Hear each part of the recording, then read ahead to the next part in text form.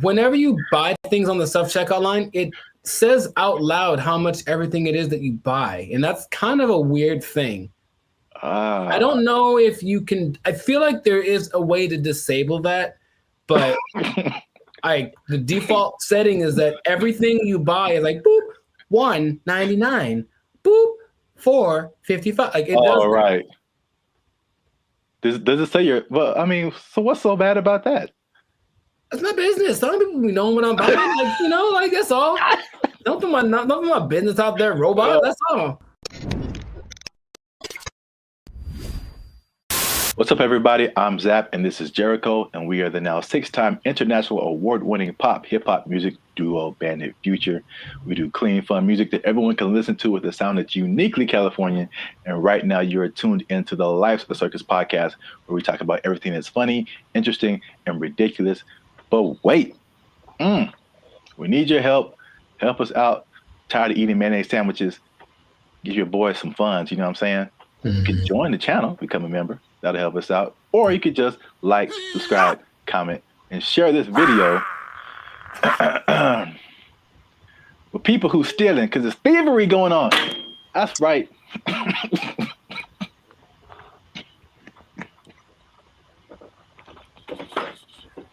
Here's the thing about that. I don't know what you're about to say, but this is going to be weird, almost like a devil's advocate thing. But like stealing is really fun. No, bad, Jericho. No, here's the thing. I'm just trying to say, like, why do people do it? Like, I get it. It kind of has a thing. Like, you get this like rush of adrenaline that doing it, and then you get the thing that you stole. It's like two things to do. You know what I mean? No, we're not doing the two things. No, I'm not telling people to do it. I'm not telling people to steal. Like, don't steal. Unless you want to, but like don't, like stealing's bad. Okay. In case you haven't noticed, people are stealing, and they're stealing a lot.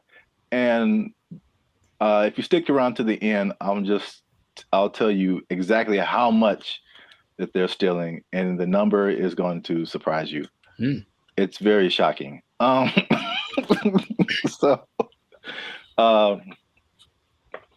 Stealing is bad. Okay, we shouldn't steal. But I'm bringing this up because it's affecting me, and that's the most important thing. Oh, look,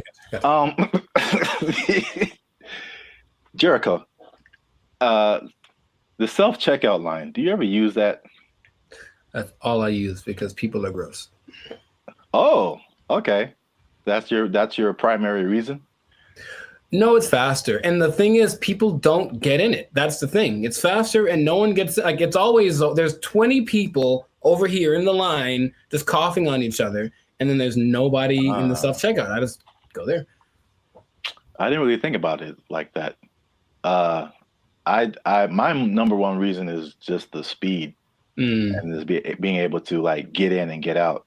But that too. That's like number two. Yeah. I feel like people don't go to it because they're afraid to use it. Well, there's nobody there. It's kind of creepy. I mean, there's a person sitting I guess to make sure they don't steal, which is totally not, they're not there half the time. So they're not doing the job. I feel like, well, I was kind of leaning more towards the technology aspect of it. Oh, okay. It's just like, I feel like there's still a large number of people, especially older people, who are just like, computers just don't really make sense to them.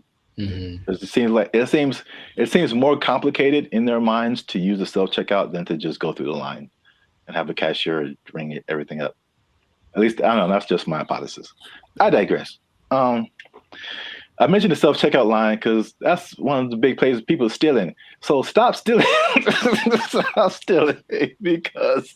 Well, you know what about that too, that actually could be a deterrent for people to use it? Whenever you buy things on the self-checkout line, it says out loud how much everything it is that you buy. And that's kind of a weird thing.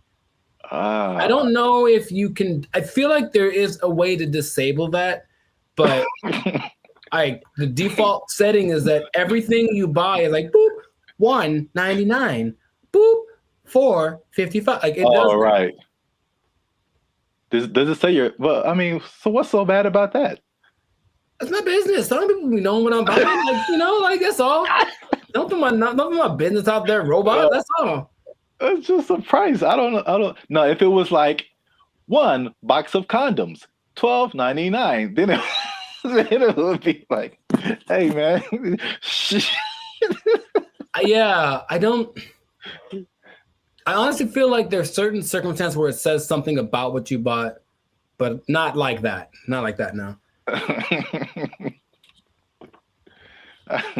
Okay. Well, anyway, so people are getting these self checkout lines, and they be stealing, man, and they're stealing so much that one of the major places that they are stealing is Target, man. Target is having or Target if you're uncivilized. They're having a big problem with stealing, and and it's so much in the checkout lines that they are reducing the hours that the checkout lines are open, and it's like making people upset.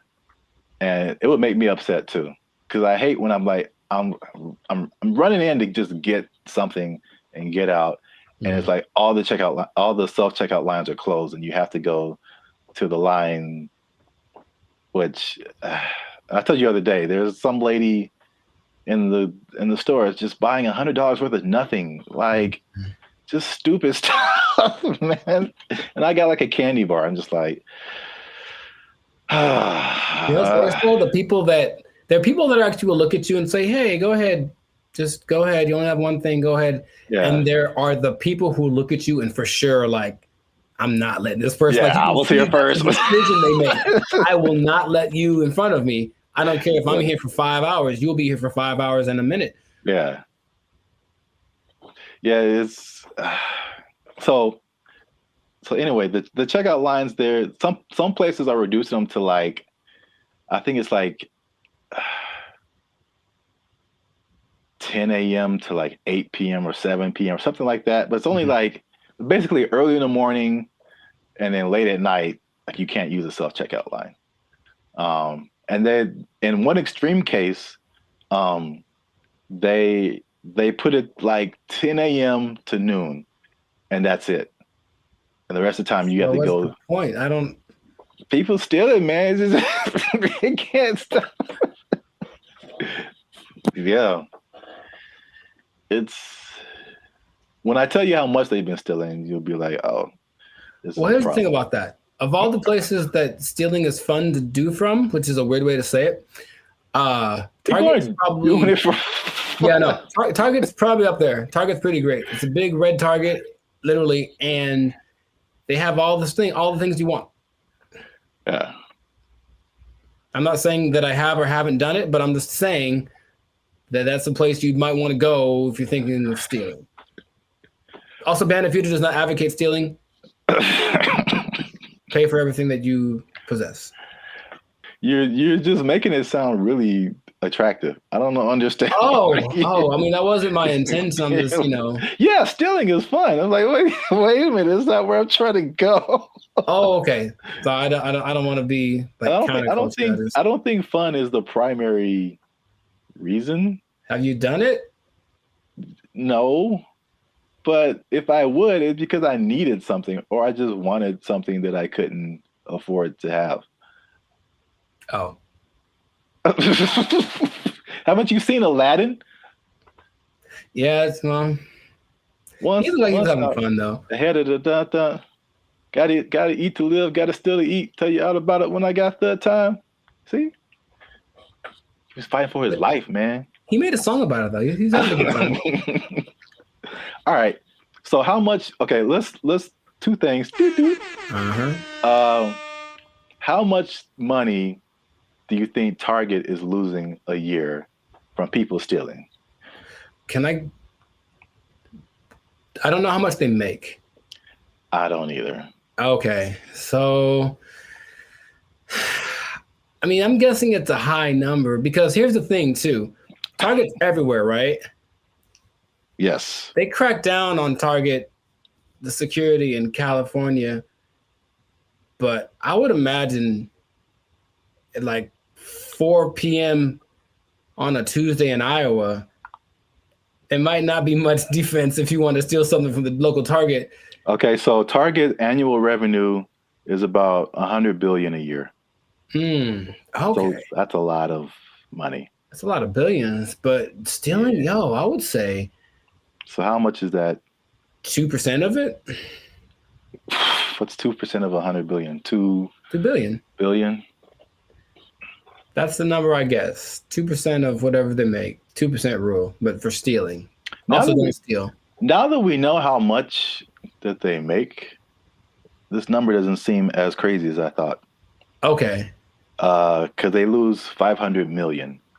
Oh yeah, that's not okay. So right, it's like context. Like in a bubble, that's a lot. Yeah, it's a whole lot. It's a lot of money. It's a whole lot of money. But it's like 0.5% of all that they make. Yeah, that'd be fine. Now you know, it'd be crazier if it was we changed our mantra. Everybody just go out and steal.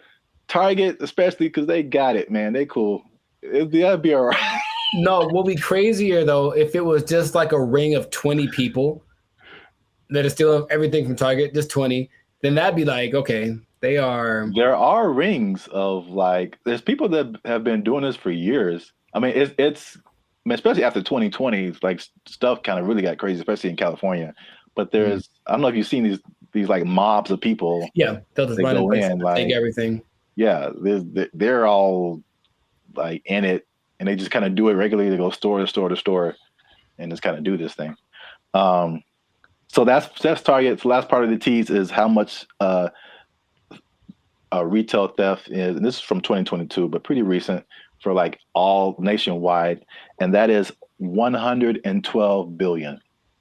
So that's basically the entirety of Target's revenue is the same amount that people are stealing just nationwide from all different kinds of stores. So y'all are out here stealing an entire Target every year. The entire Target income stream in one year. An entire Target corporation worth of products and merchandise. You guys are stealing it every year, and that's a problem. But you're ruining my self-checkout experience, so stop it. I want to use self-checkout. Don't make them take it away from me. Now you say it that way, I am also slightly more on the side of don't steal from Target. Yeah. You never even went there and just like took a candy and ate it? I don't steal, man. I don't like stealing. I feel bad if I do. Okay, you ever do the thing where you just, this is not an interrogation. You ever do the thing where you buy a soda and you start drinking it in the store, be like, I'm gonna pay for it, and then that's so ghetto to me. I never do that. Oh, I've done that lots. I'm drinking the soda as I'm checking out. Like I bought this too, but you know. If I was like dying of thirst, yeah, but like, no, I feel ghetto when I do that or something. Oh, it's about as ghetto as it gets. The first time I saw that, I think I was like offended, and then I was like, I think that's a good idea. Like, what? I don't have to wait till get to my car to eat this. I don't know. I got like a candy wrapper. Like, yeah, I ate this too. Bring it up. You just pulling wrappers out of your pocket. Yeah, ring that up. And that, yeah, I ate that. Like, how long have you been here, sir? I ate that in aisle 5. You can ring that up. I've been here like 8 minutes. Yeah, I was shopping. I was hungry. This isn't Costco. You don't have samples. What was I supposed to do? All right. Well, we're going on long. So this has been another episode of the Life's a Circus podcast. Make sure you like, subscribe, comment, and share this video. People who steal, tell them to stop. We out. They took Yubs! They took our Yubs! I sense a faint bit of skepticism in your voice, Jericho. We haven't even skeptical. It's just like, is there anything that he's made that has been helpful or that I would know about? We haven't even gone into his claims and what he's talking about, man. Are you saying he's the second coming of George Washington Carver? Is that what you're saying? Like telling this man, him? It's hard out here for a pimp. Him? Okay, sure. What's up, everybody? I'm Zap, and this is Jericho, and we are the now 6-time international award-winning pop, hip-hop music duo band in future. We do clean, fun music that everyone can listen to with a sound that's uniquely Californian. And right now, you're tuned into the Life's a Circus podcast, where we talk about everything that's funny, interesting, and ridiculous. Before we jump into today's episode, though, do us a huge favor. Make sure you like, subscribe, comment, and share this video with somebody that you got beef with, somebody that you don't like, maybe somebody that's all up in your grill and making you feel a type of way about the day. Oh, bars. Okay, so somebody that put a hitch in your giddy up. Is that a phrase people say still? Yeah, sure, man. Yeah, you got it. So I don't think I got it. I've been waiting to talk about this. All right. So the big thing on the internet has been Kendrick Lamar versus Drake. By the way, I think it's fake. Okay. Just because I've been doing this too long. I'm doing music too long. I've been doing Hollywood too long. I've been doing marketing too long. There's all of a sudden this big beef and oh, wow, millions of streams are happening. Wow. What a coincidence. Anyway, I digress. Mm-hmm. What if I told you, Jericho, that the Kendrick Lamar Drake is not the biggest beef on the internet? I would believe you. Let me rephrase the question. Okay, go for it. You are probably right. What if I told you that there was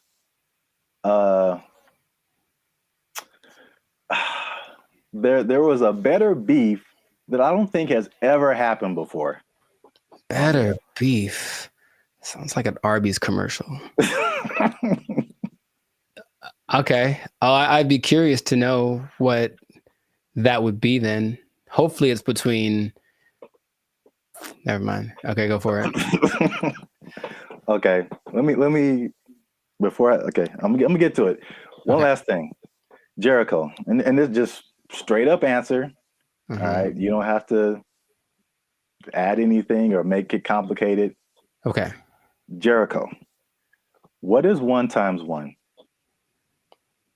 It's 1. Do what? It's 1. No, it's 2, son. It's 2. All right. 1 times 1 is 2. According to Terrence Howard. That's right. Terrence Howard is rewriting. I know what you're talking about. This is the dumbest thing I ever heard. All right. He went on for a long time about this. He thought about this. What was his explanation? Like you can't time something by something to get the same something, right? That was his argument. 1 is 2, son. I'm gonna make a shirt. 1 times 1 is 2. Team Terrence, what's up? I don't think he's had work in a while, man. He's just trying to be relevant. Like seriously. That's crazy, but go for it. I mean, I guess math needs innovation. Let's just start that. Birds aren't real, and 1 times 1 is 2. Whatever. What revelatory information do you have about this gentleman and his theory?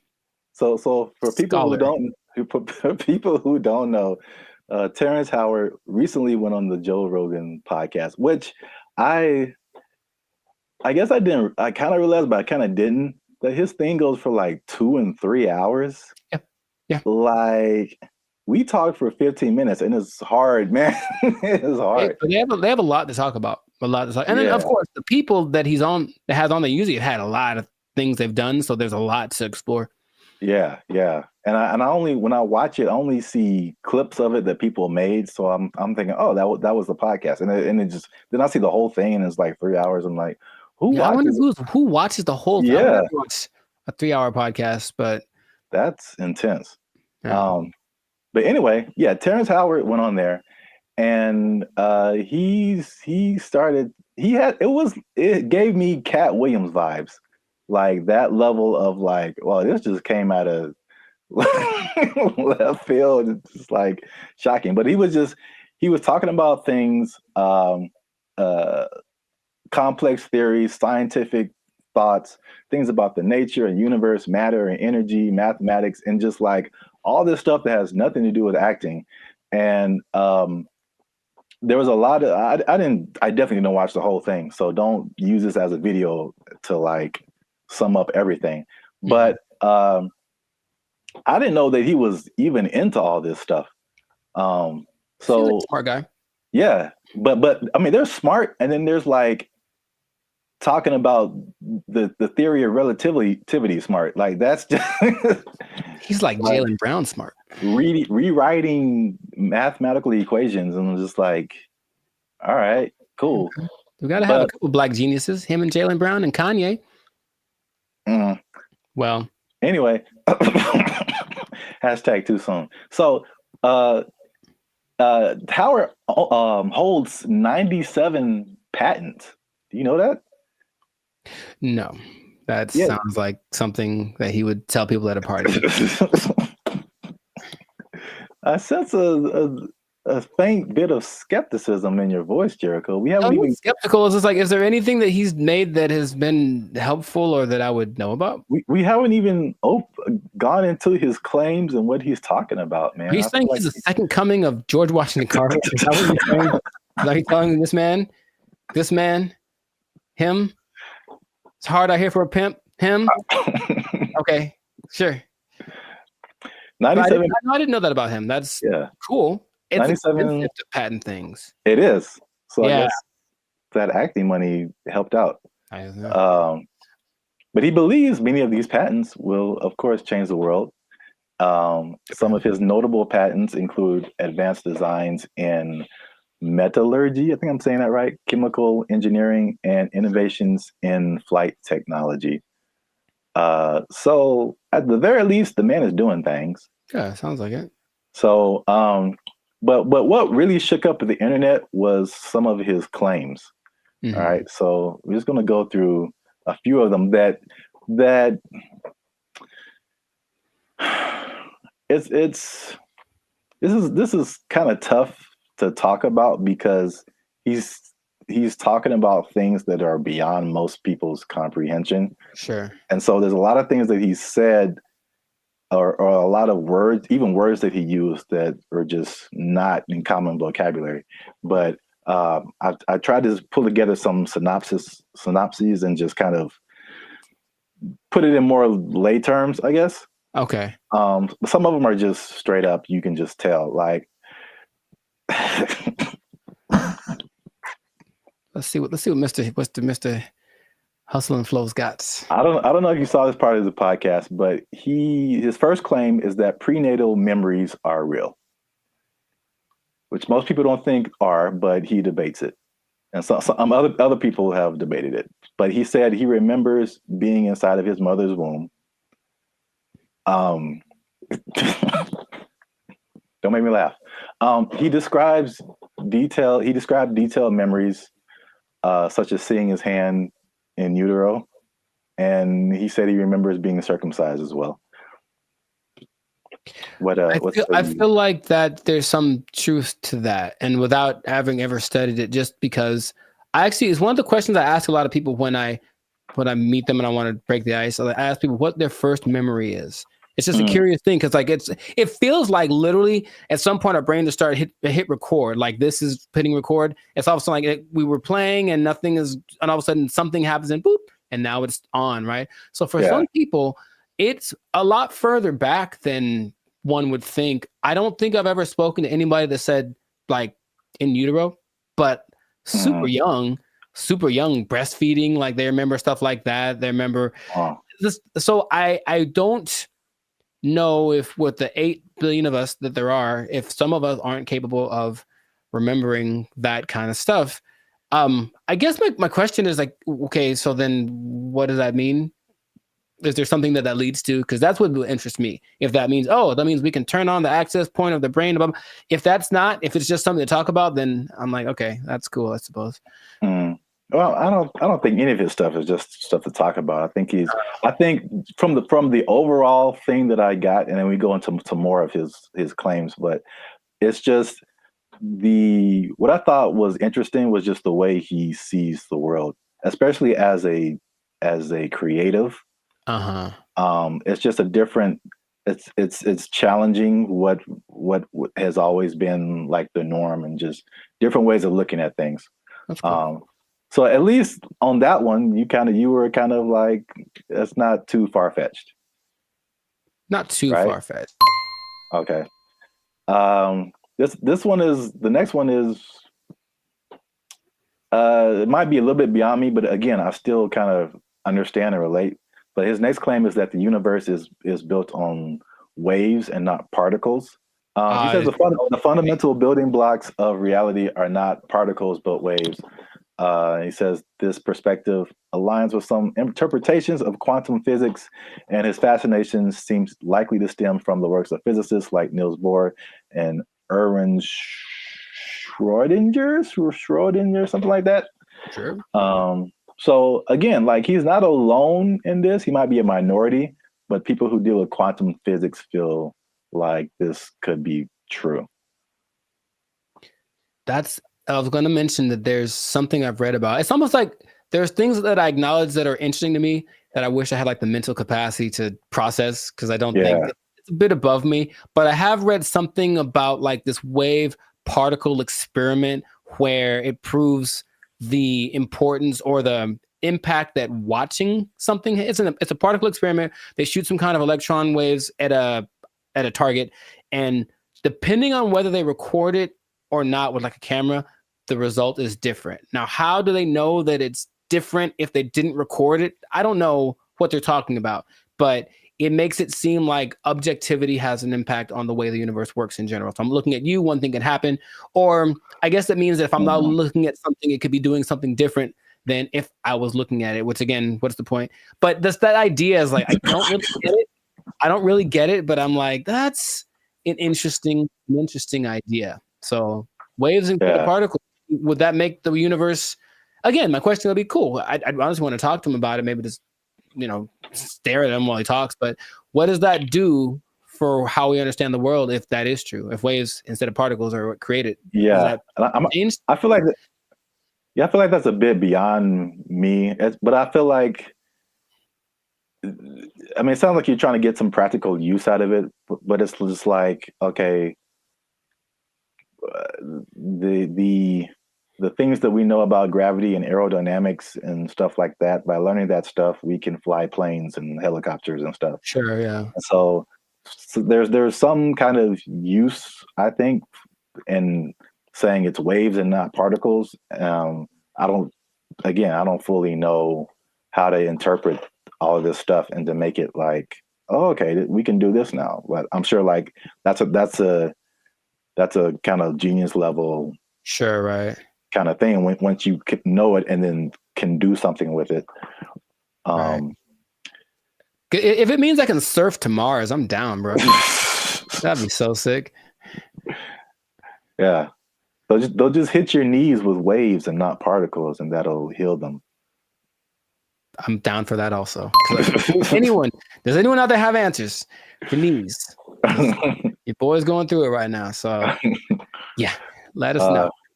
To continue on this is probably it's probably the last one that just I kind of still didn't. It's too far above me. Mm-hmm. He said gravity is fake. So he said that there's an inward and outward force that shapes planets without relying on things like gravity and dark matter and dark energy. Which this one is kind of big because he challenges Newton and Einstein, like, as far as gravity being a fundamental force. And I know what you're doing. I know what you're doing. I know I know what you're doing. It's fake. Fake news. Fake news. That did not fall. Okay, people. Okay. That did not fall. That was fake news. Gravity is fake. Okay. All right. I'm not going to do it again. I wouldn't even know where to start with that. That is an interesting idea. If there's another force that's not gravity, then what is that? What is that inward force? Because to me, that inward force is what's called gravity. Is it not? I don't know, man. Good I for him. don't, You know. Okay. I don't know, but I really want to understand. I really Sure. want I mean, to, because there's stuff, even like the one times one thing, like I I don't know how I feel about it, but I can at least understand why he would say that. Um, once we get to that one, but the gravity is fake thing, it's just like over my head, I think. yeah, no, I wouldn't even. But when he talks about it inward and outward force, for any anime nerds watching this, I thought about Pain in Naruto, and he has like that universal push and universal pull, Yeah. and I would like gravity. yeah. Yeah. So maybe the answers are in Naruto. Maybe they believe the same thing. I don't know, man. This is just, I just find it funny, obviously. Yeah. Sure. It's interesting. I wouldn't know where to begin with that. Just someone coming out of nowhere and just challenging everything and everyone like we've ever known. It's like, you all are wrong. This gravity isn't real. I mean, it helps me that I only think about him as the hustle and flow character. Yeah, that adds another layer. He's stuck in that role to me, so he can say all he wants, but he's saying this. I only saw a portion of that podcast, so I know what he talks like. To me, he's still talking like that character on the podcast. So. Yeah, he definitely has that like typecast, or like his role in Avengers was like, it was a War Machine. I forgot he was in that. Yeah, he was like the first War Machine. It's like, War Machine said there's no gravity.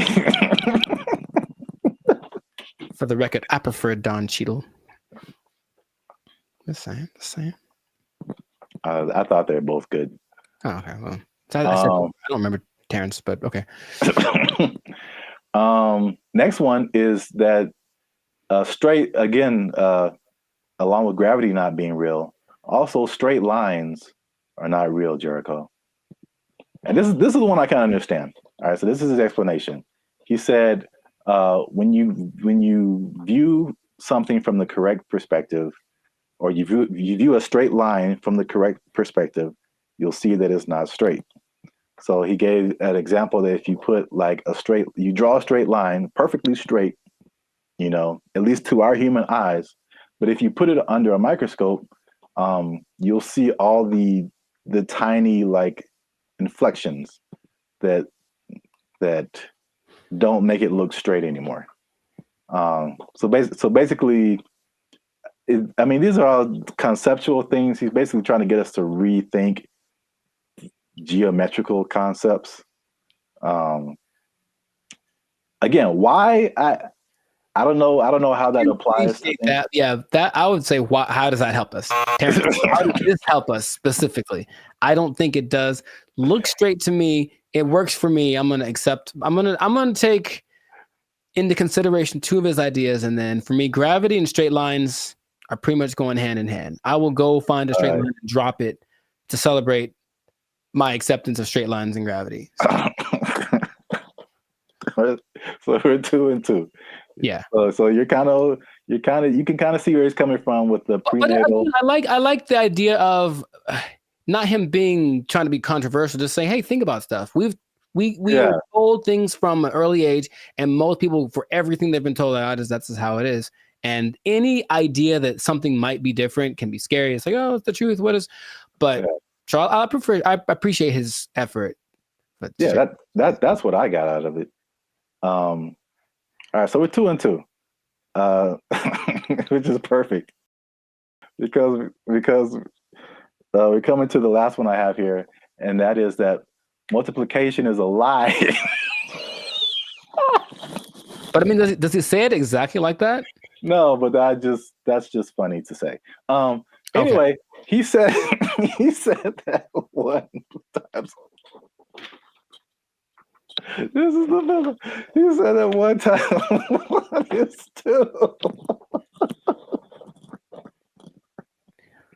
Okay. So he said this is why, because if you combine two unique things, all right, you can't end up with the same thing. Which I hear where he's coming from. You got one like because I remember like algebra, like you're always trying to solve for x, and you basically you got this side of the equation, this side of the equation, you try to balance it out. So if you have two ones on this side, like how are you going to have a one on this side and it still be the same thing? So like I still don't know if I agree with it, but I totally understand what he's trying to say. I don't appreciate that one. Side of it. And I'll try to be. I haven't taken math class in 2 decades, but I'll try to explain. He said two unique. If you combine two unique things, to me, I'm like combining in my simple brain an object. This is a guitar pick with a concept, which is a number of these that I'm thinking about. Right. So if I have one of these, this is my object, and I take a number that represents how many of these I could have. If I go times 2, I will then have 2 of these, right? Hey, look what happened. Now I have 2. If I take this one object and then I multiply it by a concept that is singular, nothing changes. Because here's the other thing. I think I can bring a narrow to this also. I want to figure it out because usually there's like, or this might be Avatar. It's like, okay, there's like good or bad. So something has to be one or the other, positive or negative. And then there's a guru, the guru on the mountain that made him drink the banana onion juice. He said there's also a neutral. That's the third option, and people forget about that. So yeah, does this have to change if I multiply it? No. It could go bigger, it could go smaller, or it could stay the same. And the stay the same is the times 1. So that is my argument, Mr. Howard.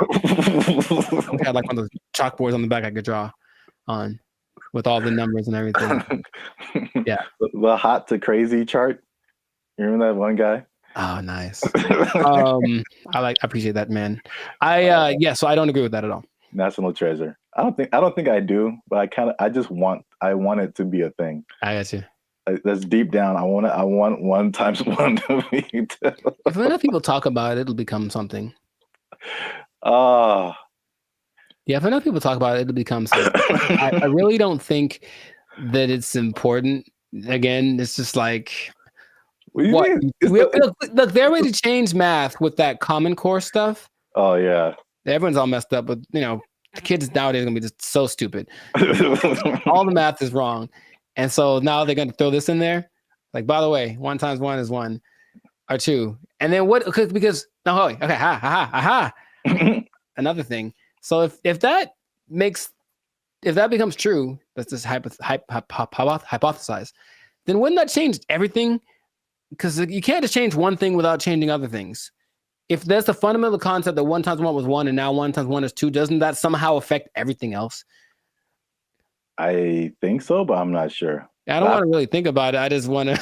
I want someone else to figure it out and tell me on the internet. Not just ask ChatGPT, but no. 1 times 1 is 1.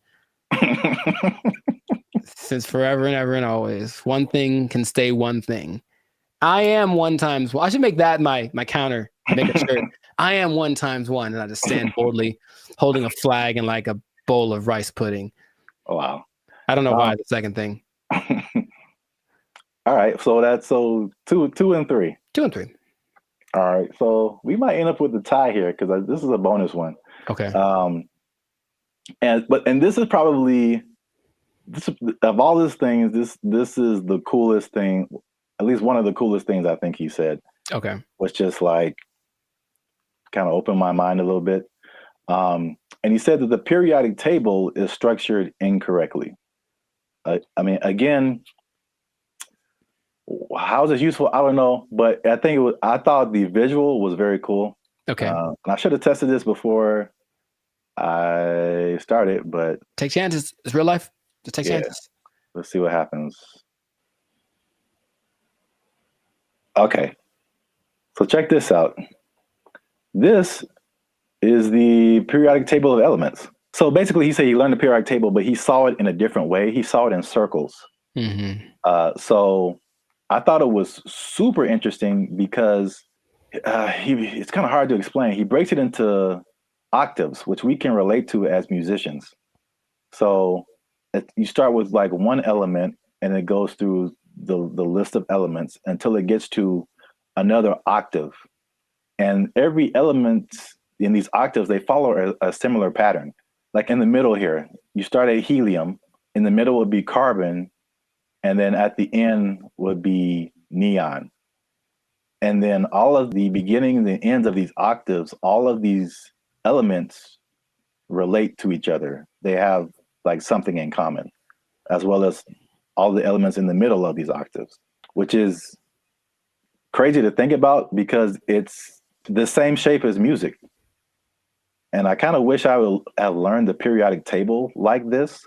In music, there's the, at least in Western music, you have like the 7-note, 8-note scale. I mean, Sure. you would go back to the primary note, but like A, B, C, D, E, F, G, and then you start over A. But like key of C, right?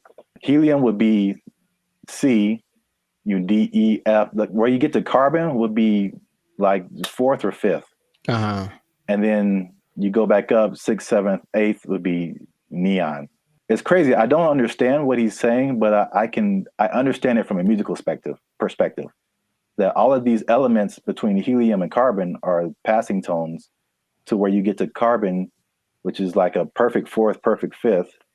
And then nitrogen, oxygen, these are all passing tones until you get to neon. And all of these elements relate to each other based on their positioning here. It kind of gives me vibes more of, or the way I'm trying to process my mind is more like the harmonic series. Yeah.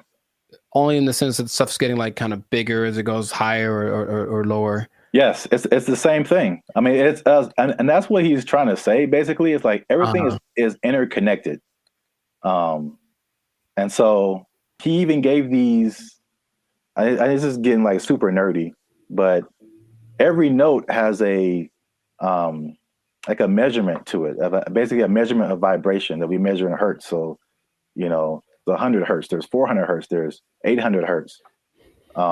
And so each one of these elements, like he gives a hertz number to it. And he says it's the same thing with colors. These are all they have a color associated, they have a sound associated to it, there's a vibration associated to it. And this is just like a visual representation to see like all this stuff is all the same thing. Mm-hmm. Music, color, light, element, everything around us is these octaves, these spirals, these circles. We just keep going in circles. So where like there's certain notes that go together in music and there's certain notes that don't. And the same thing happens here. There's certain elements, like if it's the 1st and the 5th or the 1st and the 4th, like they go together. But you have like tritones in here, the elements that like don't mix or, like oil and water kind of stuff.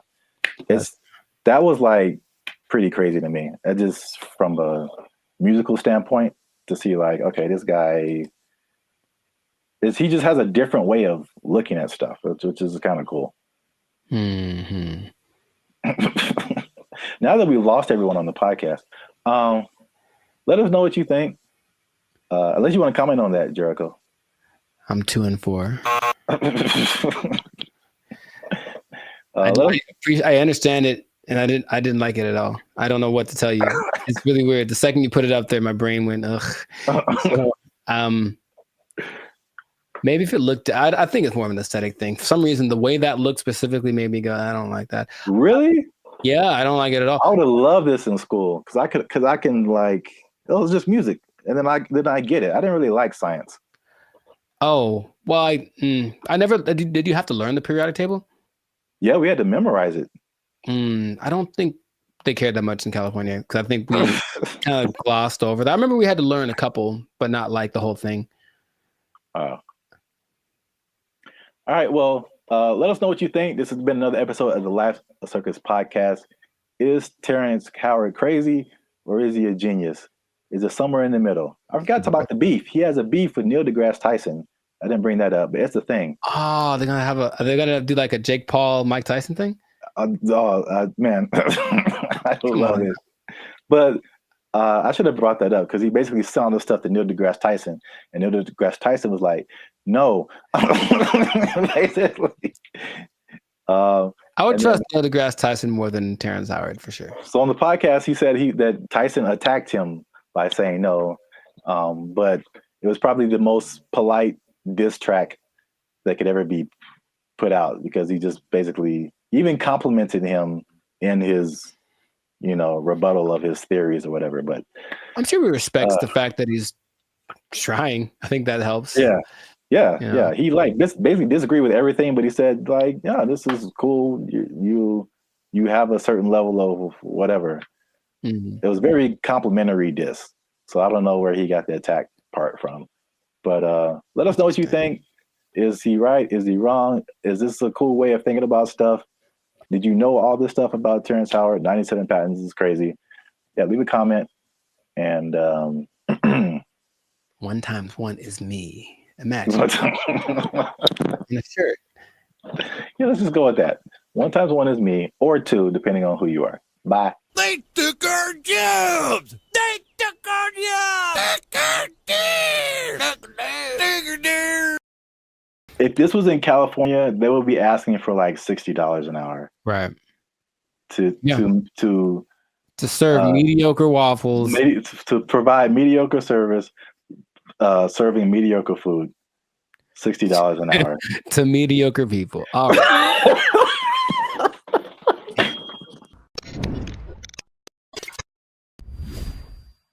Yo, what's up, guys? I'm Zap, and this is Jericho, and we are now 6-time international award-winning pop hip-hop music duo band and future. Mm-hmm. We do clean, fun music that everyone can listen to with a sound that is uniquely California, and you are now tuned into the Life's a Circus podcast, where we talk about things that are funny, interesting, and ridiculous. But wait a minute.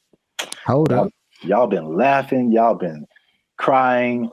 Y'all been spitting your food out. There we go. When we talk about gross stuff. You just been having a good time on our dime. And we need to support your boys by making a little noise. Oh, bars. I like it. So make sure you like, make sure you subscribe, make sure you comment. Oh, God. It has to, I don't. Okay, so just to explain something for y'all, when we do these topics, the other person doesn't know what the topic is about to be. So it's like the grand surprise. I'm here waiting, and it seems like it's going to be a doozy. Make sure you share this video Uh-huh. with your favorite Waffle House employee because Waffle House employees have a few demands. And I'm going to show you a video here. Okay. Of as the news calls it, a developing story. Is that what this is? With some interesting characters who have some demands for Waffle House. Waffle House employees across the Southeast are demanding more pay. Employees held several rallies this week at restaurants, including right here in Atlanta. Channel 2's Larry Spurl is live on Piedmont Avenue in Buckhead. Hey, what up, Larry? Locations. And Larry, you've been talking to both clean white shirt as well as those men and women who work hard every day. Yeah, well, Michael, corporate leaders tell me they are aware of what happened at several other Waffle House locations like this one right here in Atlanta. Meanwhile, I spoke with employees. They tell me they simply want more pay. It's a simple demand from Waffle House employees across the Southeast and here in Metro Atlanta. We're asking for $25 an hour. Gerald Green says he's been working at Waffle House for years. I'm what they call a grill operator. I'm a cook. I'm a rock star cook. I've been at Waffle House for about 7 years, and highest level cooking can be outside management. Gerald Green looks different after the NBA. Paid a lot more. If you mind me asking, how much are you guys making right now? Well, I'm a rock star, so at my store I'm making $17.75. That's why employees are demanding better pay. You're constantly having to go from one job to the next. This week, employees protested at several locations across the Southeast, including Atlanta. My union is my power. We want $25 an hour. It's a campaign that USSW, the Union of Southern Service Workers, has launched at multiple Waffle Houses. But Green says they're also asking for 24-hour security at all the restaurants. Channel 2 Action News was there in August when a former employee was shot and killed outside this Waffle House in DeKalb County. A lot of workers are hurt by customers. A lot of workers are mistreated by customers. And, people say it's funny, like, that he's seeing people in fights all the time. But, we're not really MMA fighters like the memes online say that we are. I reached out to Waffle House corporate. A spokesperson sent me this statement. It says, in part, Waffle House remains proud of its long history of effectively and directly addressing associate concerns. Our senior management teams continue to work alongside our associates as they have done since our company's inception. All right, so that's like the main idea. Got it. There we go. So, I'm a rock star. I should be making $25 an hour. I'm a rock star. Shout out to the what do he call himself? A grill master. Grill. It's like the grill trifecta. There's the grill master, there's the grill sergeant, and there's the grill. I don't have the third one. Never mind. Okay, so I don't even know where to start, man. let's just start by explaining Waffle House, because a Waffle House. Let me see. It has 1,900 locations in 25 states. That's a lot. And for people who don't know, it's American diner. Serves mostly breakfast food, but they have other things too, and predominantly in the Southeast United States. Yeah. So we're in California. I don't think there's any Waffle Houses out here. I don't believe so. California. Have you ever been to a Waffle House? Sure have, sugar. Oh. Okay. I was attended by Dolores.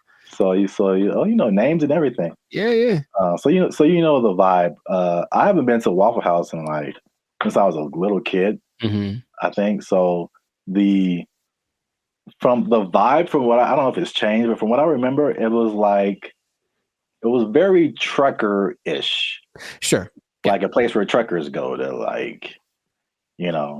it's not like IHOP. I think the big thing out here is IHOP, International House of Pancakes. It's classy. Yeah, it's a total. It's very. I was there. I was in Nashville last year, and it's a different vibe.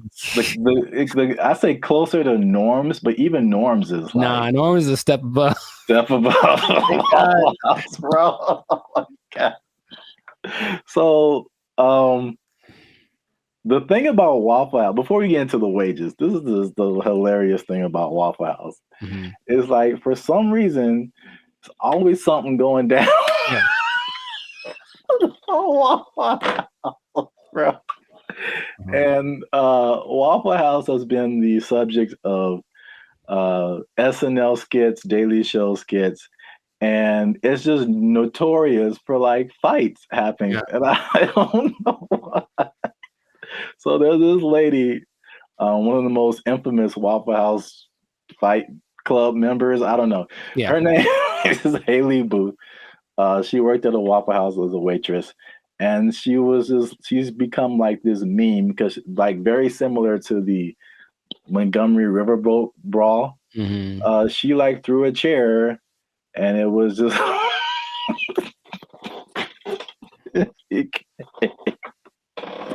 it became a meme. So it's a big social media thing with Waffle House. And these are some of the quotes from social media. Okay. Oh, Haley, the waitress, she says, and I quote, "I've probably cleaned blood off of every surface of a Waffle House," just to give you guys an idea.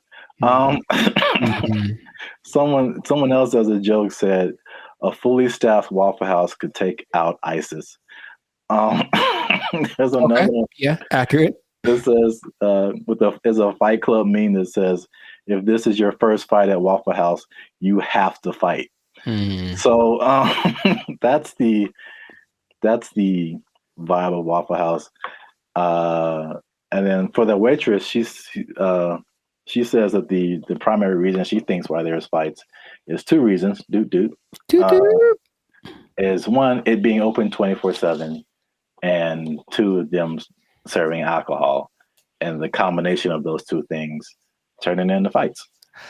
Yes. Well, two things. Can we every time we say that, can like something just pop up like a head or something? Just to hint like coming soon to a podcast near you. Two things, but one, I don't think it's a coincidence that the Waffle House logo uses the same colors as Spirit Airlines. That's just kind of my first thought.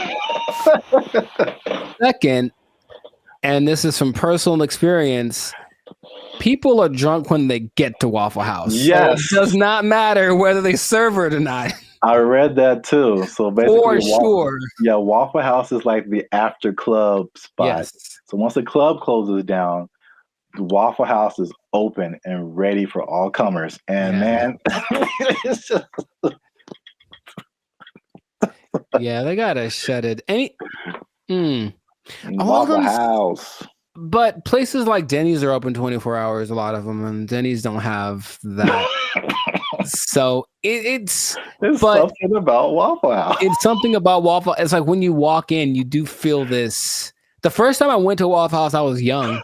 I was probably 10 or 11 in Missouri, I think. And I remember I remember my waffle was cold and the butter wasn't melted. So I was mad about that. But I also remember that there were people. Oh, there's a word that my mom used to say all the time. Nefarious. I think there are some nefarious individuals in the corner, and she's kind of uncomfortable with having her kids in this place with these nefarious individuals.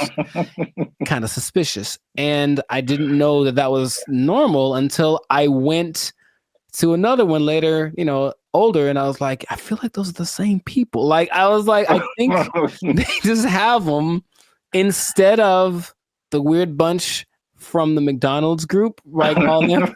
They just have these cats in the corner ready to start some stuff. Like, that's what it feels like. Yeah. I was so thrilled about this topic. Also, I think the food is okay. Yes, so that's a good segue. The food and the service. It is borderline acceptable. And so now, fast forward to today, Waffle House employees are pushing for $25 an hour in Georgia. I'm getting mixed numbers, but I think the Georgia minimum wage is $7.25 today. That sounds about right. So Georgia, I mean, that's almost a 4 times increase. That's like, so to put it in California numbers, the minimum wage is like $16, $17 an hour. Going to 20. So that means like, if this was in California, they would be asking for like $60 an hour. Right. To serve mediocre waffles. To provide mediocre service, serving mediocre food. $60 an hour. To mediocre people. All right. It should be like an intervention. Like if you're in the Waffle House, like, man, IHOP's right over there. Just copyright. Wow. Just do yourself a favor and upgrade a little bit. Or make some. I would rather eat Eggo waffles from the toaster than eat Waffle House waffles. Like, to me, they're comparable, and maybe Eggo's got a slight edge. So, man, nothing too special about the Waffle House, but they're everywhere. Everywhere. 1,900 locations. It's a big chain, but $25 an hour, bro. That's a lot to make waffles. Have you ever made a waffle before? It's very straightforward. You take the pre-made batter, pour it into the waffle-shaped contraption, and then you wait. And that's it. That is it. And I've seen people fail at that. And oh, by the way, they've also been working at the Waffle House while they failed. So what's the end game for them? I mean, one, are they going to get it? Is there any precedence for this? Also notice in those videos, there was like 9 people protesting. Is that really right? You said there's 1,900 of those things, and those videos didn't have nothing more than like one store worth of employees. It was like one store that decided to speak for all the Waffle Houses, and I feel like that's not going to get it done. Not at all. It's not enough, Waffle House. It's the beginning. You got to start somewhere, man. Sure you do. Hey, support them. Wow. I think I'd just go to IHOP and support them instead. But no, people are jumping on the bandwagon because you got the SAG strike, the writers' strike, UPS workers were on strike, auto workers on strike. So Waffle House people are like, yo, we like a good fight. I think everyone wants to make more money, of course, but what's the value you're providing? What are you doing for me that I can't do myself? And like I said, I can make me I got a decent waffle maker. I can make myself a waffle. So I don't know what they're going for, but if they get it, good for them. $25 an hour. Wow. That's a whole lot. Leading the charge, the rockstar cook, rockstar grill master.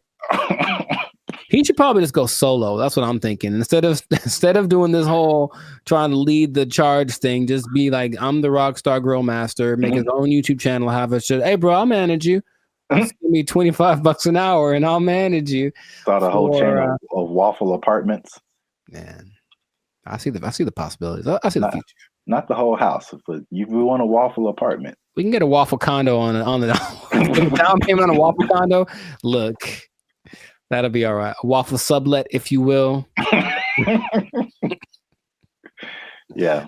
Well, we've talked about this way too long.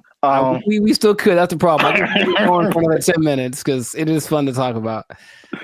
Oh man, I'm in tears. Good old Waffle House. So make sure you like, subscribe, comment, and share this video. Well, again, your favorite Waffle House employee. Ooh. And as a sign of support, of course. Sure. And yeah, we'll be back here, same bad station, same bat channel. Is that how they said it? I don't remember. I don't really remember either, but yeah, I'm not old enough to remember that. Nor am I. Well, good luck, Waffle House employees. I hope y'all don't get fired. They don't take your job. The waffles are cold. They took our jobs. They took our jobs. He believes that masturbation was the greatest evil on earth, and that by eating cornflakes, it would prevent people from doing it. So I don't see the connection. No, it's there, man. It's there. I'm trying to make it work in my head.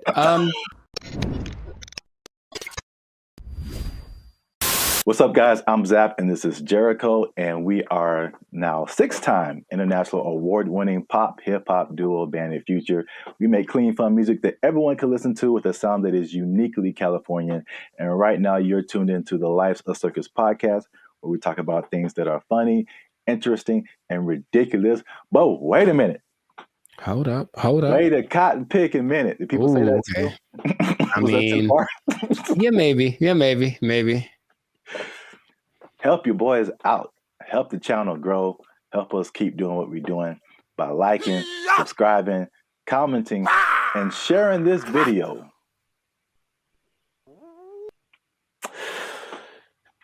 With the friends and family, because I got a question. Okay. It's a very important question. Bit of a riddle. I hate those, but okay, let's go. No, I just don't like them. I'm never good at those, but we'll find out. Mr. Jericho, what do you get when you cross a medical condition that people were afraid of, a religious group that wants to stop people from performing a sexual act, and World War II? Huh. Three things. Yes, There. I've noticed. That's one more than two. My first thought was Nazis, but I think that's wrong. That was just the first thing that came to my head. I'm like, that's no way. I think it's because you just said World War II, and I was like, I think they wanted to stop World War II. Or you know what? Congratulations. I've never been asked this in my life. Yeah, I don't think anybody has. But for the people playing at home, just one more time, the question is, what do you get when you cross a medical condition that people were afraid of, a religious group that wants to stop people from performing a sexual act, and World War II? And the answer, believe it or not, is breakfast cereal. I'll be honest, I didn't. Yeah. Go ahead. Yeah, I just kind of stumbled upon this, but the rabbit hole got really deep as to why we have breakfast cereal. So, a little bit of a history lesson. You can stop me at any point if you want. It'll be just more clarification on the ridiculosity that is happening right now. So, breakfast was not really like, I guess we hear the cliche now, like breakfast, the most important meal of the day, right? And so, but before like the 1800s, breakfast wasn't really like that important. It was just basically you got to think about like the times that they lived in. It's more like hunt what you eat, kill what you eat, working on a farm, grow what you eat, stuff like that. And so like nobody's waking up at like in the morning to like kill a chicken or like kill a pig to make some bacon or like, whatever. So basically it was like whatever happened in the morning. And this is why like eggs have been part of a breakfast for a long time, because chickens lay eggs in the morning, easy to eat. Makes sense. Yeah. Makes sense. And basically what you ate for breakfast was pretty much whatever you had left over from the night before. So that was pretty much breakfast. But there was a meat component because they would eat it, they would like cure the meats and stuff, and you could save it and use it for breakfast in the morning. Right. So like eggs and even bacon were like a big part of breakfast. Bacon. And this was called like the farmer's breakfast. So again, it's just like it's pinned to the time that you were in, and farmers and stuff. You get up early in the morning. You need some fuel because you're going to be working your butt off like all day long outside in the elements. Like you need a good hearty breakfast. So this is the first thing. The first thing that I teased at the beginning, the fear of the medical condition. The medical condition was indigestion, which sounds like pretty like whatever today, but I feel like it could probably take you out back then, huh? Yeah, there was no Pepto-Bismol, like antacid. You can just pop an antacid and be cool. Like you could have felt like you were dying. You had no idea. Like, oh, I got indigestion. It's the devil's work inside of you. So I don't know, but I had to go to the apothecary. Yeah. So, also late 1800s, the transition from like farm work to more like industrial work, and industrial work to like more like office work. So big buildings and offices, and people weren't like moving around as much as they want to. So they felt like if they eat a big breakfast and then they don't do anything, just going to sit there, they get indigestion. People were like terrified of that. So they were like, we need a lighter breakfast. So there was a move away from like the bacon and eggs and all that kind of like hearty stuff. All right. So that was reason number one. Reason number two. I'm very curious about this one. Okay. My favorite reason. So at the same time, there was a rise in religious gurus that were pushing vegetarianism and just like eating healthy, eating, or what they call eating bland. All right. And believe it or not, the people at the forefront of this were Seventh-day Adventists. Okay. Especially a man named James Caleb Jackson, who was not probably as famous as this next person, John Harvey Kellogg, who's the founder. Sounds about Kellogg's Frosted Flakes, all that kind of stuff. Yeah. That's where that came from. Now, these people were like hardcore Seventh Day Adventists. Sure. And they actually pushed this type of breakfast not just on the healthiness, but they believed that a lighter breakfast was more morally sound. There was more morality in eating like a healthier breakfast. But also, I could not pass this up. The John Kellogg guy, he believed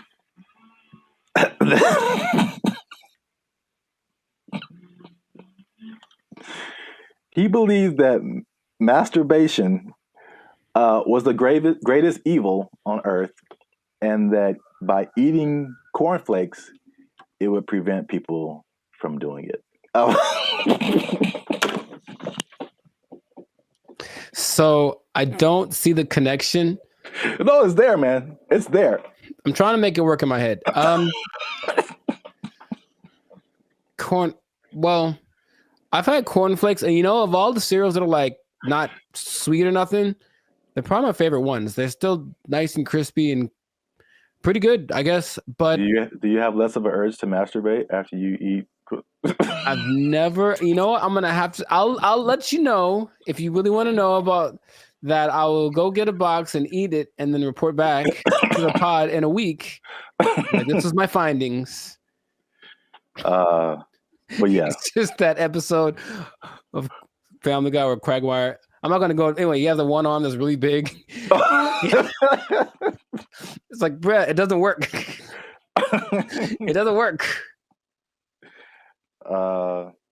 So yeah, that was like the second punch to breakfast. That was like, okay, we got to start eating this because they pushed the morality of it. But the other things that they cited have been found to be true. Is like a lighter, healthier breakfast made people more efficient and productive at work instead of like eating a big breakfast and like getting the itis or whatever. Yeah, that's true. So there's that. And so that pushed the cliche of like breakfast being the most important meal of the day. It was actually like a morality thing, which is like crazy. And the last part is that so flash forward to the 1940s, World War II, right? So yeah, World War II, and you got more women joining the workforce than what happened in that time. And so then it became a push to, again, at the time, like the woman was like a stay-at-home, take care of the family, give them 3 square meals a day, all that kind of stuff. Breakfast became the cheat option to feed your family and not feel guilty about it being like quick and easy because they had to go to work too now. Oh, okay. So they pushed on like the women's guilt, the morality, the work productivity, like hard work. It was like respected to be like hardworking individual and productive and all that kind of stuff. And so all of that combined together to make breakfast cereal like the thing. And I remember like watching commercials, like every commercial is like part of a balanced breakfast and like you got to have your cereal and blah, blah, blah, blah, blah. And they pushed, and the cereal industry is probably like $1 billion industry or something now. Yeah. But they show all of this stuff like, and I never ate all that stuff. I tried once. Man, you just feel gross after it. Yeah. You drink a whole glass of orange juice and a whole glass of milk? Like, man. Yeah, milk, orange juice, toast, fruit, cereal, bacon and eggs. Yeah, something like that. It was all in the one picture. Like the whole food pyramid. Yeah, it's too much. It's really too much. But I thought, it must be something worth trying. And I regretted that real bad. Yeah. So yeah, that's the crazy story behind breakfast cereal. And if I may leave you with the cliffhanger. Okay. So remember we started off with bacon and eggs. We did. And then everyone went to cereal. Yes. But somebody put bacon and eggs back on the forefront, man. Ooh. And they went toe to toe with cereal. But you have to find out in the next episode So keep watching. This has been another episode of the Life's a Circus podcast. Make sure you like, subscribe, comment, and share this video with somebody who like them stereos, man. Ooh, I like some. Was that my line? Is that what I was supposed to say? I think so. Okay. And Ooh, cut. I like some. Oh, Oh, you can try another take if you want. ooh, I like some. Was that better? Had more? That was too much. Okay, all right, man. We had it on the first take. Okay, We'll use that in the commercial. Thank you, Mr. Director. Here's $5 million. Look, let's go. Where do I sign, Mr. Barry Gordy? Jericho likes it. Super sweet sugared honey smacks. Give me that. Give me that money. They took our jobs! They took our jobs! There have always been these things that say, "Oh, well, try this will work," and it's low effort on your part, right? Low effort, high reward, which isn't the way life works. But people always want to hear, and as long as people can promise that and show someone it works for somebody, they'll buy into it. Everyone only wants to be sexy and slam. But I have a solution. A solution that I think works 100% of the time. What's going on, everybody? I'm Jericho, and this is Zap. And we are the now 6-time international award-winning pop hip-hop duo, Bandit Future. That's right. We make clean and fun music that everyone can listen to with a sound that is uniquely California. And right now, in this moment, you're tuned into the Life's a Circus podcast, where we talk about stuff that is funny, interesting, and ridiculous. So before we get into this thing right here, make sure to like, subscribe, comment, and share this video with 2 people who want to lose weight. We're talking about it again because I know I see you. You want to drop some of them LBs, and there's a new way to do it. Now, of course, as always, not as always, as sometimes, stay tuned to the end because I have the answer for you. I got the answer. You came to the right place. Your boy got you. I got the answer for you, but we're going to talk about this new thing. So, Sir Zap, have you heard of Ozempic? Ozempic? Mm-hmm. That sounds familiar, like one of those late night Pfizer commercials or something. Is it a pill? Sure people make it. Oh, okay. But it's all like a pill you take. Well, it's an injection. And it's okay. all the rage because I don't know if you've seen Oprah's lately, Oprah plural, because she is omnipotent, I suppose, or omnipresent. But Oprah's is, I'm just going to say it like that every time. Oprah's is very slim right now. And everyone's like, what happened to Oprah's? What are you doing? And she's like, I ain't gonna tell. Because that's what she's not gonna say. But everyone suspects that it's this Ozempic thing. Now, Oprah's whole thing is, I don't have willpower, so I never have, I'm fat, so I'm just gonna do it. And it's like, okay, more power to you. But Ozempic is actually a diabetes drug. And a side effect is that you lose weight really fast, apparently. So of the celebrities I've heard of, people either speculate or have confirmed that Chelsea Handler's used it, Tracy Morgan's used it, Kelly Clarkson used it, Mindy, I don't know how to say her last name. Kaylin. Yeah. She's used it, and they have crazy results. So it's another one of those. Guess what? You don't have to work. You just have to take this, and then you'll get slimmer. And the result of the proof is in the pudding. People look amazing in a relatively short amount of time. Okay. I got some stats for you, but just off of the bat, if I say it's right off the bat, hey man, I got this thing, and it's an injection, so you got to do it yourself. That's already not fun, but I'm gonna give you this injection. Oh, you have to do it, and you get to lose weight. You can lose weight really fast. What would be the question you'd ask me first if I tell you that?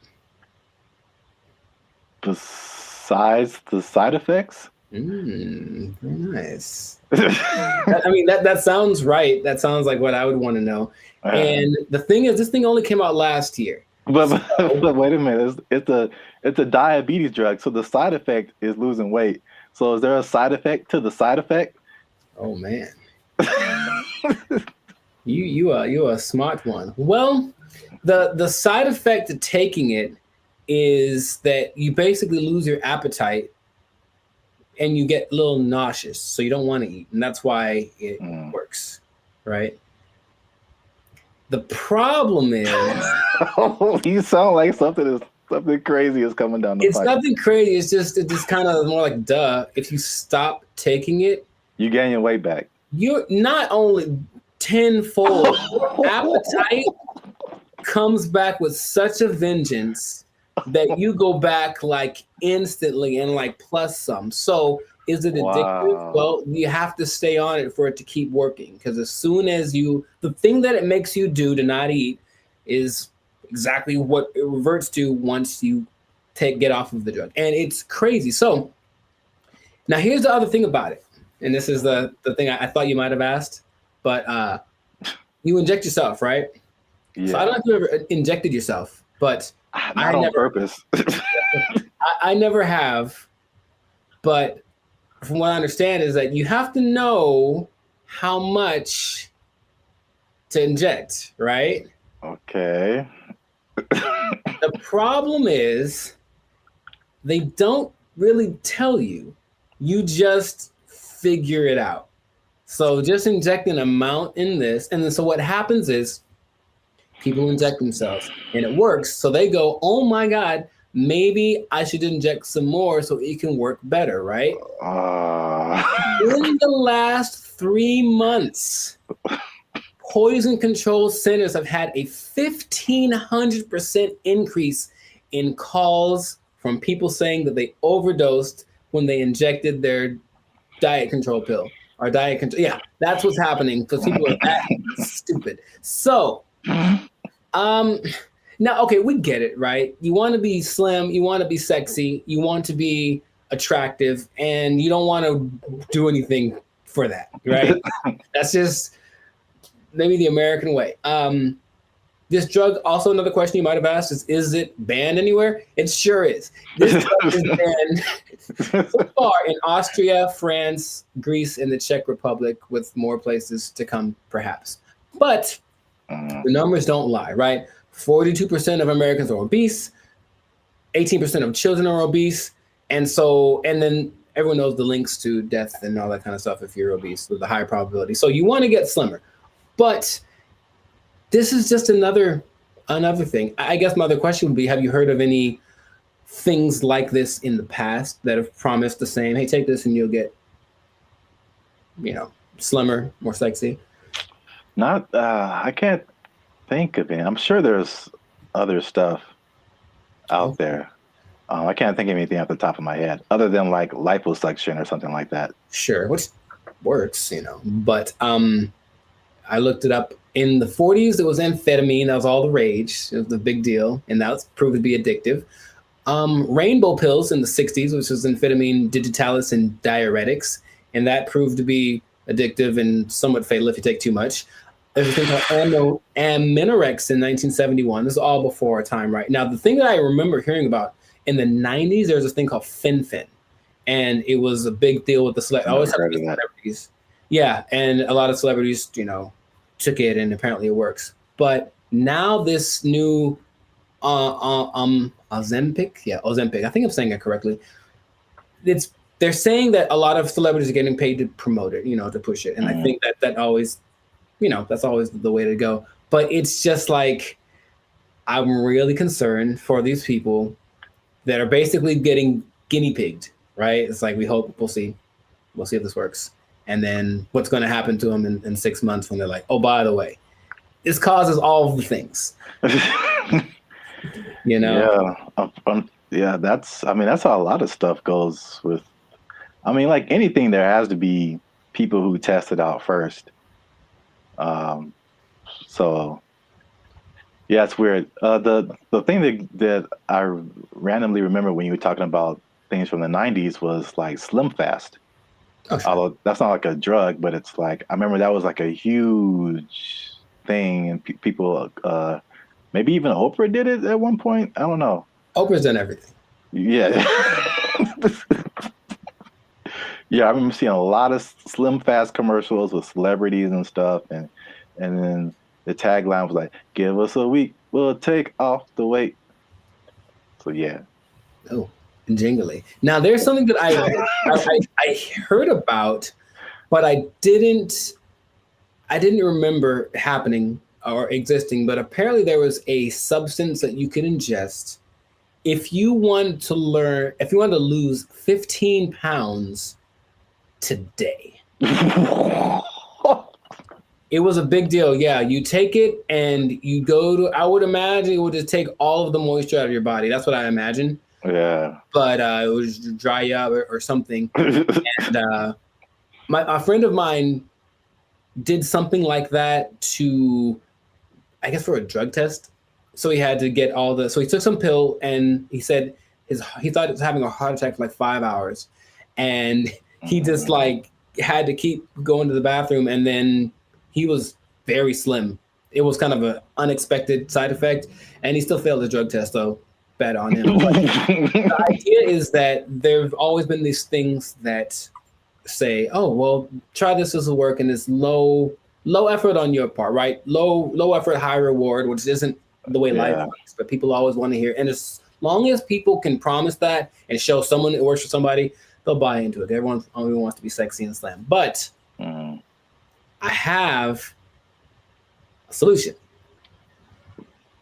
A solution that I think works 100% of the time. Does it involve exercise and proper diet? You know what's weird? It does, but it's actually doing that. That's the part that people don't seem to get. It's like, okay, because here's an idea that'll work. Cool. Proper diet and exercise. All right. Maybe don't eat too much. Let's just start with that. You don't got to go sweat. I know sweating's yucky and you get sore and ew, right? But how about just don't eat so much? Food's delicious, but you know what it tastes like. So just stop eating that stuff. Okay? That's true. But doing it is a whole nother thing. So do that. Don't eat so much and just start with that. And then like that's all it is. That's literally all it takes. Everyone knows that, but no one wants to go that route. So instead they'll try Ozempic, and it works phenomenally. So we'll see what happens. Now, last thing, the company that makes it, I forget the name of the company that makes it, but they made $4.8 billion. Of course they did. In just the third quarter of 2023. That's a lot of $1 billion. I believe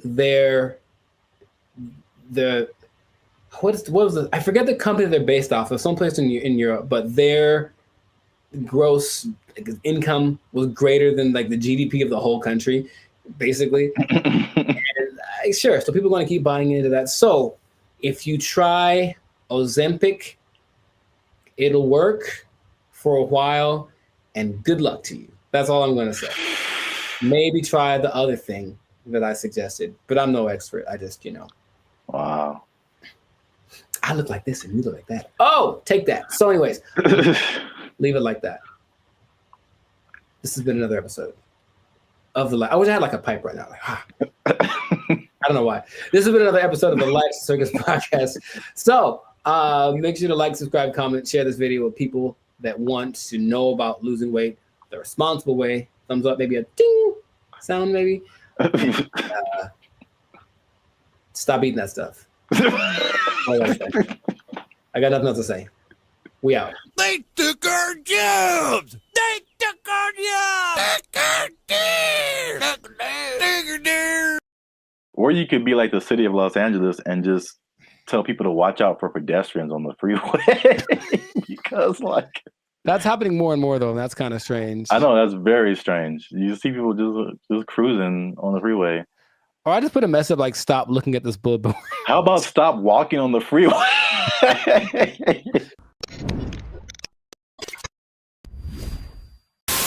Yo, what's up, guys? I'm Zap, and this is Jericho.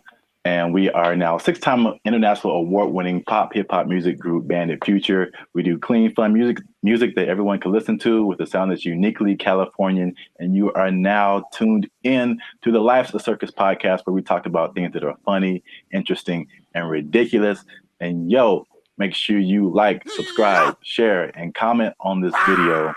And because we're going to talk about something that has kind of flown under the radar, but especially in California, if you live, or not California, really mostly like the metropolitan Los Angeles area, maybe into the IE, as well. That's the Inland Empire for people who are not from this area. The uninitiated. But there is something that I feel, well, a couple of things that I feel like a lot of people have seen and a lot of people haven't talked about. Okay. Intriguing. Okay. Yes. So I'm going to show you a picture, and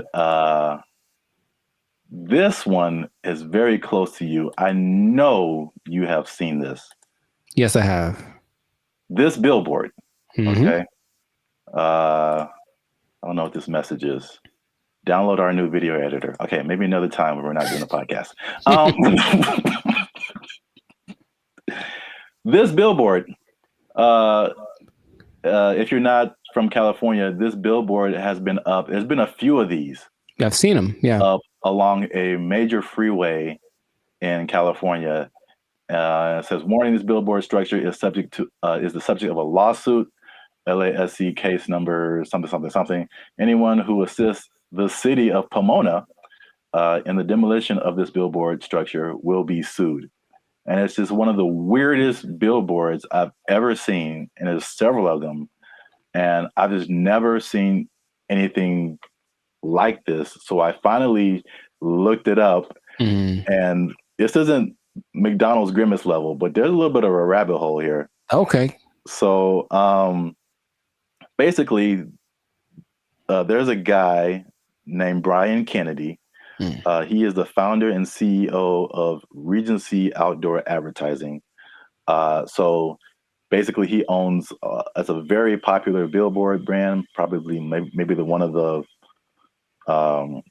most billboards around the country, and he owns these billboards.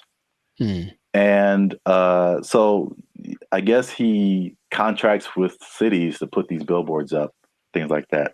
So in 1993. Oh, baby, going back. Yeah, this story is very old. 1993, he had an agreement with the city to put up 10 billboards for 10 years with a 10-year extension. Right. So 1993, put up 10 billboards. 2003, you renew it, keep those billboards up. Stuff like that. You renew every 10 years. Okay. After the 1993 agreement, the city, the voters backed something called Proposition L, which prohibited the city for putting up any more billboards without voter approval. Okay. So when they came in, at the renewal period and were like, "Yo, take your billboards down," he was like, "No." Like, we had an agreement before this Proposition L thing even happened. I see.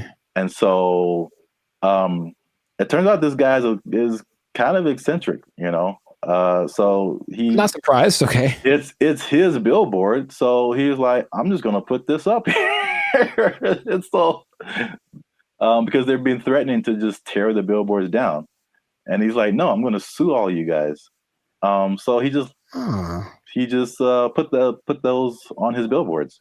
Okay. Which is I'll just get your reaction to that before I keep going.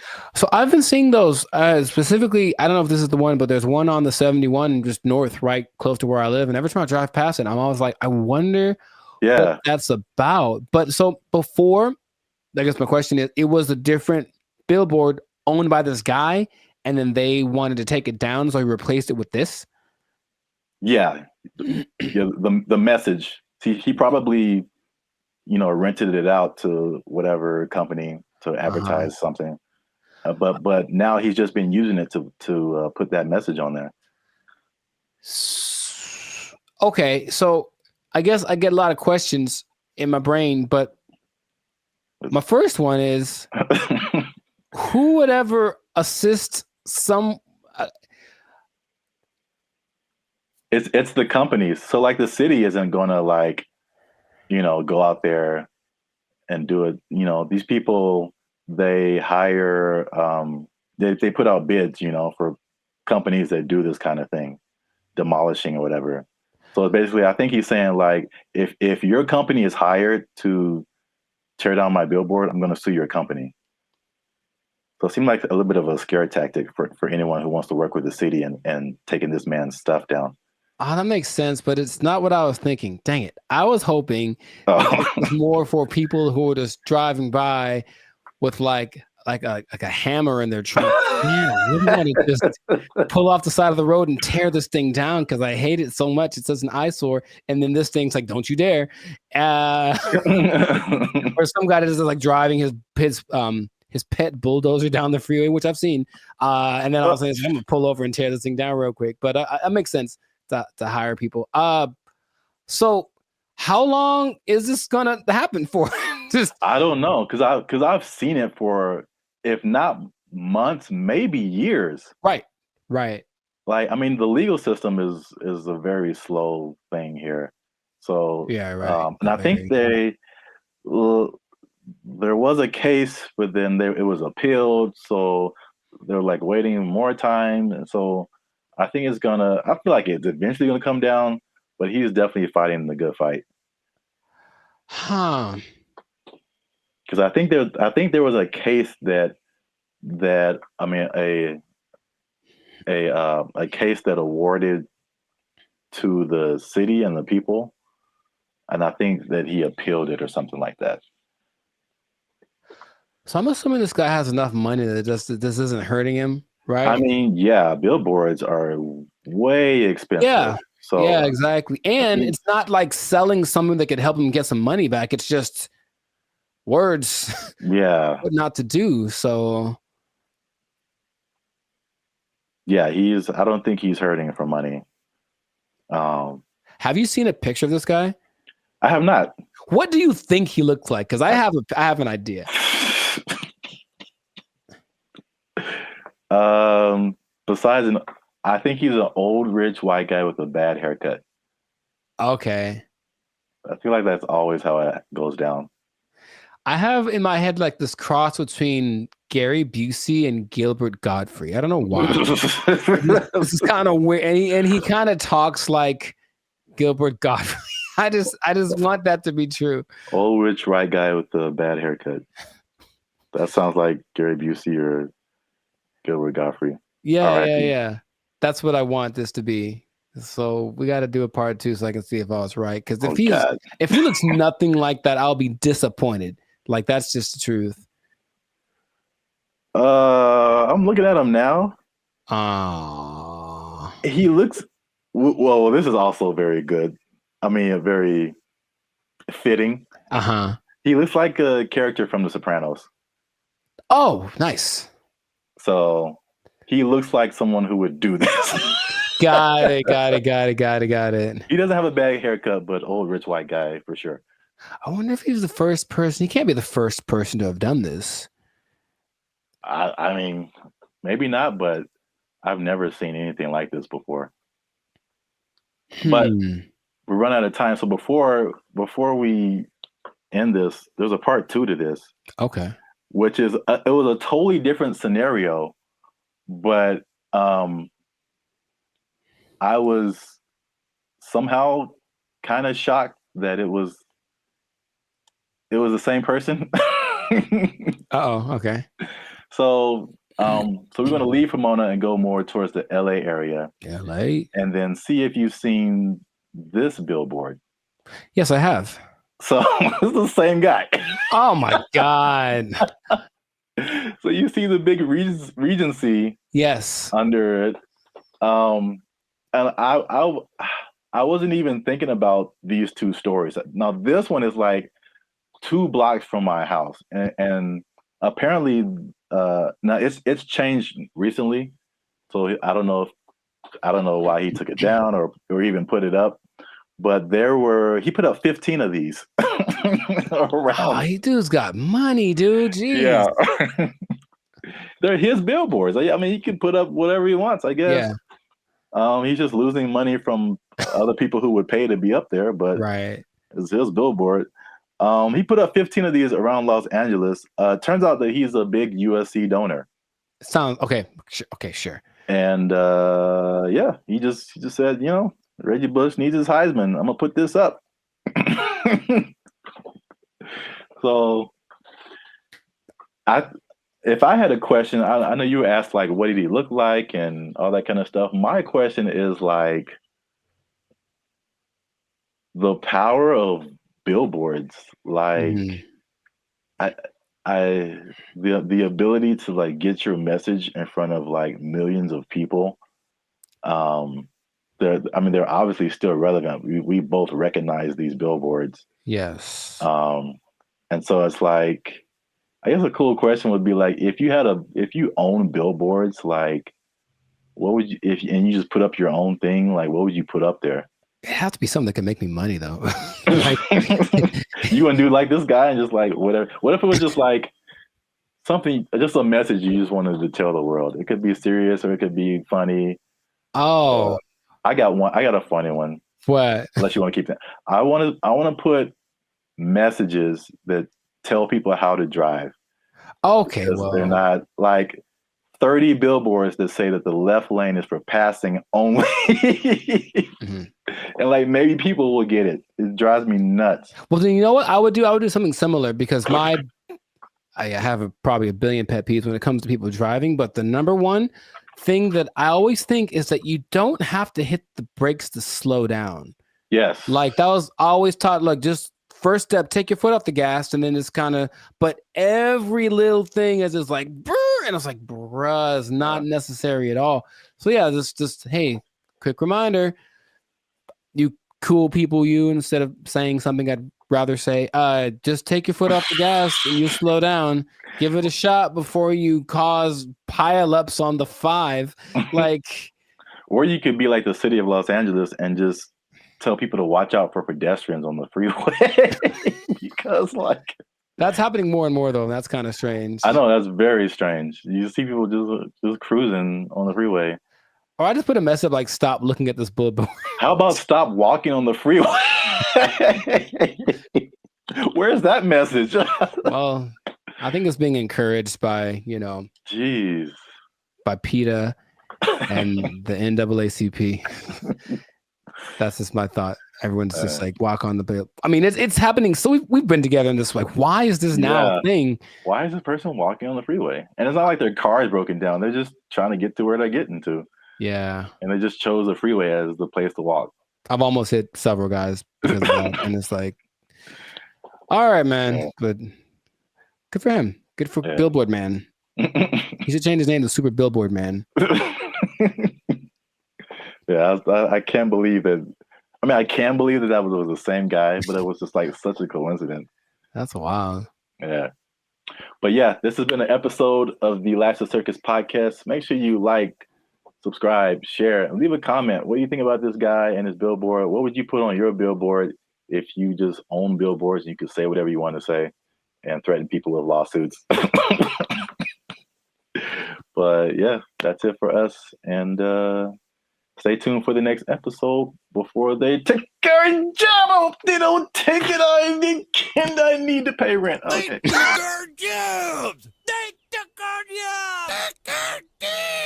jobs! There's some sample videos that they've been releasing of like what it can do. And it's producing very realistic images and very realistic backgrounds, editing. And you can pretty much do film scenes anywhere